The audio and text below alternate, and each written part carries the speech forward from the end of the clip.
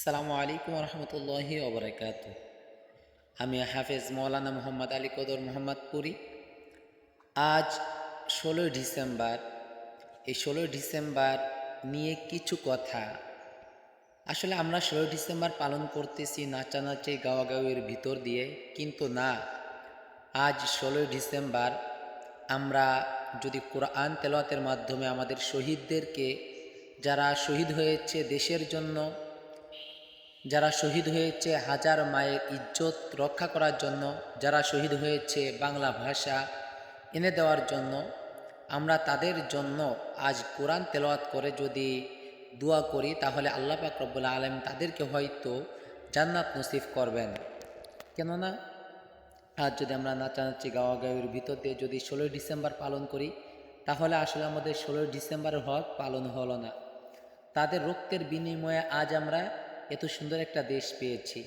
তাদের রক্তের বিনিময়ে আজ আমাদের মা বোনেরা স্বাধীনভাবে চলতে পারতেছেন। তাদের রক্তের বিনিময়ে আজ আমরা এই স্বাধীন বাংলাদেশে চলাফেরা করতে পারতেছি। ঠিক আমরা সেই শহীদ ভাইদের, রফিক, শফিক, জব্বার সহ আরও যত মানুষ দুনিয়ার মায়া ত্যাগ করে কবরে চলে গিয়েছে, যারা ইসলামের জন্য, দিনের জন্য, দেশের জন্য রক্ত দিয়েছে, মা বোনদের ইজ্জত রক্ষা করার জন্য যারা নিজেদের জীবনকে উৎসর্গ করে দিয়েছে, রক্ত দিয়েছে, জীবন দিয়েছে, হাজার মায়ের কোল খালি করেছে, সন্তানের বুক খালি করেছে, স্ত্রীকে বিধবা করেছে, আল্লাহ পাক রব্বুল আলামিন তাদেরকে যেন জান্নাতের উচ্চ মাকাম দান করেন। তাদের জীবনের গুনাহগাতা যেন আল্লাহ পাক রব্বুল আলামিন ক্ষমা করে দেন।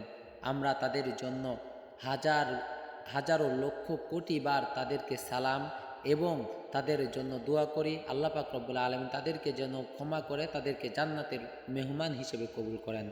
আমিন।